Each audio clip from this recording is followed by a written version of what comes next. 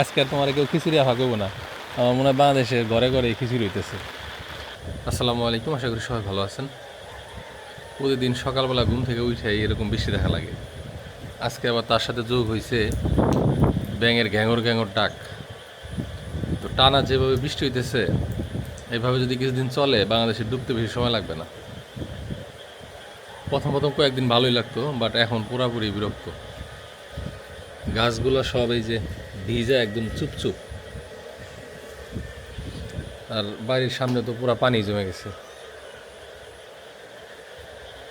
এই যে এই তিলগুলা কেটে নিয়ে আসছি কয়েকদিন আগে, ঠিক আছে, এখন পর্যন্ত আমি কিছুই করতে পারিনি, ওইভাবে ভিজতেছে। আর বৃষ্টি এই আছে এই নাই।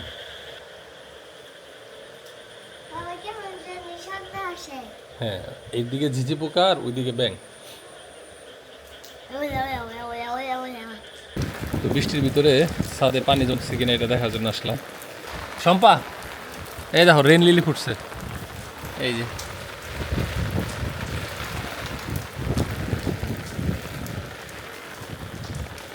বৃষ্টির কারণে ছাদে এসে গাছগুলা যত্ন নেওয়া হইতেছে না। তারপর ওইখানে দেখেন এই যে অনেক পর্তুলিকা ফুটছে, এই যে একটা বিভিন্ন কালারের আছে, এই যে এখানে একটা সাদা। হ্যাঁ, কি তুমি কি বৃষ্টিতে ভিজবা নাকি সকালবেলায়?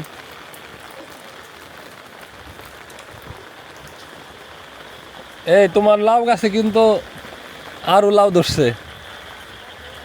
এই যে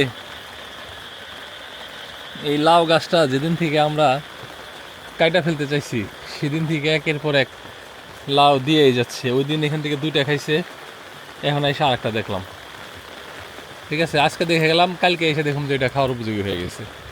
এত দ্রুত বাড়ে। তো বর্ষাকালীন অনেক ফুল আছে, তার মধ্যে এই যে এই ফুলটা আমার কাছে বেশি ভালো লাগে।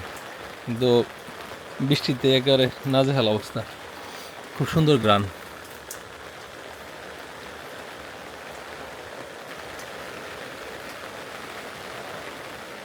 অনবরত বৃষ্টি, অনবরত। মাঠে ঘাটে সব ধরনের কাজকর্ম বন্ধ।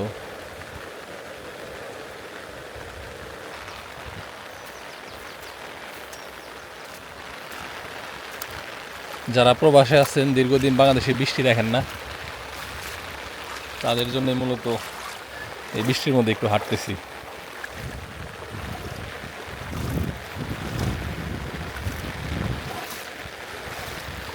গাছের লঙ্ঘনগুলা অতি বৃষ্টি পেয়ে ফাইটে যেতেছে।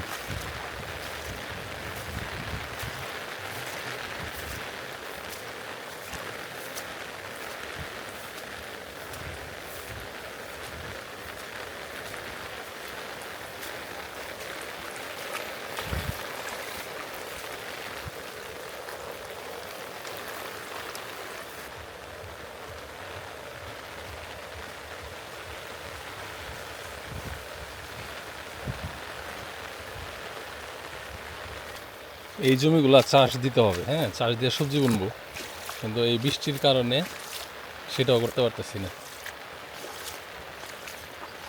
আর বৃষ্টির কারণে এখানে যদি চাষ দিয়ে কোনো সবজির বীজ লাগাই, সাথে সাথেই পচে যাবো গা। বঙ্গোপসাগরের নিম্নচাপটা শেষ হইলে তারপরে এদিকে হাত দিব আর কি।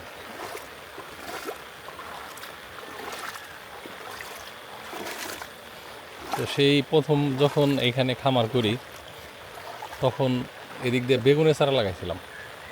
বেগুনের চারা লাগানোর পরে মানে খুব আশা নিয়ে লাগাইছিলাম, কারণ বর্ষার সময় তো সবজির দাম বেশি থাকে। তো পানি এতই বাড়লো যে আমার এই জমিতে এরকম, এখন যেরকম যে হাঁটু পানি, এরকম হাঁটু পানি হয়ে গেছিলো। তো পানিতে তো বেগুন মরলো না, যখন পানির নতুন আশা ধরলো তখন আরও গাছ মনে হলো সতেজ হলো। বাট যেই পানিটা কমা শুরু করলো আর আকাশে প্রচণ্ড মানে তাপ সূর্যের, পানি এত গরম হয়ে গেল যে বেগুনের গুঁড়াগুলো সব পচে গেল। তো আমার এই পুরা জমির বেগুনের চারা একদিনেই নষ্ট। ঠিক আছে, সো কৃষিকাজ খুব টাফ, কারণ আবহাওয়ার উপর আপনার কোনো হাত নাই। বর্ষাকালে এই যে কাঁচামরিচের দাম, তারপরে সবজির দাম মূলত এই কারণেই বেশি থাকে। হানি, তোমার ঘরে পানি উঠে নাই তো? তোমার একটু দেখতে আসলাম, কি অবস্থা তোমার? না, উঠে নাই এখনো। ওর ঘরে ইট দেওয়া আছে। কি অবস্থা? এই যে পাখিতেও খাইতেছে, এই যে এগুলো পাখির খাওয়া, ঠিক আছে। আবার এই যে ফাইটে ফাইটে যেতেছে।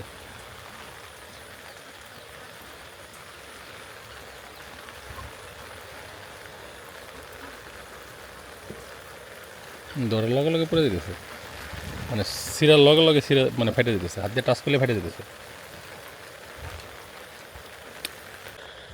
বৃষ্টির মধ্যে তুমি কি করো? হ্যাঁ, অনেক স্বাদের পুকুর ভরাট কইরা ফসল শুকানোর জন্য উঠান বানাইছি, কিন্তু গাছ জ্বালিয়ে গেল, এখন পর্যন্ত ফসলই শুকাইতে পারলাম না। মানে এটাও রেডি হয়েছে আর বৃষ্টিও শুরু হয়েছে। তো এবার নাকি বাংলাদেশে বৃষ্টিপাত কম হয়েছে, সবাই বলা বলি করতেছে, কিন্তু আমাদের এখানে প্রচুর বৃষ্টি হয়। কি আনলা এটা? কালকে তো তোমার নিকে পরোটা বানাইছিলাম, আজকে এলো খিচুড়ি। ও, পোলাও পাতা। খাও খাও, আজকে খিচুড়ি না খেলে পাপ হবো, ঠিক আছে? যাও, আজকে আর তোমার কেউ খিচুড়ি আফা করবো না। আমার মনে হয় বাংলাদেশের ঘরে ঘরে খিচুড়ি হইতেছে। যারা বিপদে আছে তাদের হিসাব বাদ। চট্টগ্রামে দেখলাম যে 7 জন মানুষ মারাও গেছে। ওই জায়গায় প্রচুর বৃষ্টি হয়েছে এবং মানে রেকর্ড। হ্যাঁ হ্যাঁ হ্যাঁ, পাহাড়ি ডলের কারণে আর। যাও, রান্না শেষ। বৃষ্টিতে ভিজো না, তাহলে গোসল করে নাও। এই অবস্থায় রান্নার বেহ না, ঠান্ডা লাগবে কিন্তু। না খাওয়ানো কিছু রান্না সমস্যা না না, রান্ধো, যাও খিচুড়ি রান্ধো। আজকে খিচুড়ি রান্না না দিলে আর জীবনে খিচুড়ি রানবো না। কিছু কই নাই, যাও। তো রান্না শেষ, অনেকদিন পরে খিচুড়ি খাইতে বসলাম। তো অনেকেই ভাবে যে শম্পা শুধু মানে কেতকেতা খিচুড়ি রান্না করে, ভুল। এ দেখেন আজকের খিচুড়ি একবারে ঝরঝরা। এটা হচ্ছে আমনের ছেলের না বুড়ুর? গরুর চালের। আর সাথে আছে ডিম বোনা। বিসমিল্লাহ। একটু সরিষার তেল বা ঘি দাও, ঘি দাও একটু, আমার হাতে দাও। আরো দিন না না, দেখেন ঘিটার কালার। রাখলাম ঘি ঘি ঘি ঘি ঘি।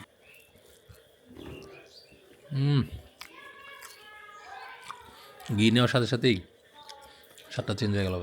আর কিছুই লাগে না, এই ঘি দিলে আর কিচ্ছু না। ঘি দিলে লেবু দেওয়া যাবে না, লেবু দিলে ভালো লাগবে না। একবার বাদে লাগবো। হ্যাঁ। তো এনিওয়েজ, আপনাদের যদি কারো ঘি লাগে স্ক্রিনে দেখানো নাম্বারে ফোন দিন বা হোয়াটসঅ্যাপে মেসেজ দিন। আর নেক্সট ভিডিওতে আমরা দেখাই দিব যে কারা কারা ফ্রি ঘি জিতছেন। সাথেই থাকেন, ভালো থাকেন। আল্লাহ হাফেজ, আসসালামু আলাইকুম।